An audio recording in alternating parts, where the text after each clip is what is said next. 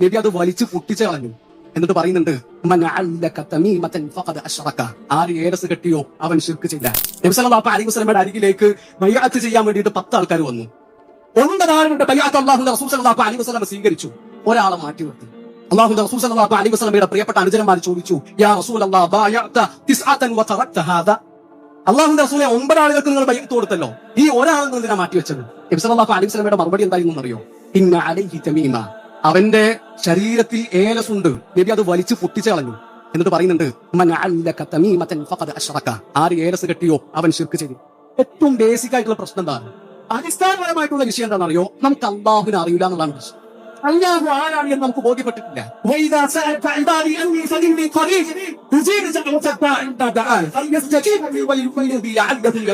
അള്ളാഹു എന്നെ പറ്റിയിട്ട് എന്റെ അരിമകൾ നിങ്ങളോട് ചോദിച്ചാൽ നീ പറയണോ? ഞാൻ അവരുടെ അടുത്താകരുത്.